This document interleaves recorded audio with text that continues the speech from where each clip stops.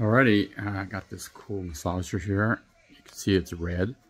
The reason why it's red because it's hot. If you were to push the button here, this button on the bottom, it turns it on or not. It gets warm. It takes a while to get warm, but it works great. Then you have this one. This controls the speed. And then this controls the direction. And then this is the power button here.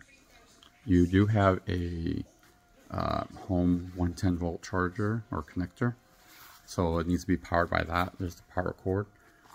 You could detach it and use a 12 volt battery for a car cigarette lighter adapter, so you can use this in a car, and you can adjust this to different locations and there's different settings. But it's a really effective like shiatsu machine. I'm putting it on my neck right now because I'm really sore, but it helps a lot. So if you're looking for something like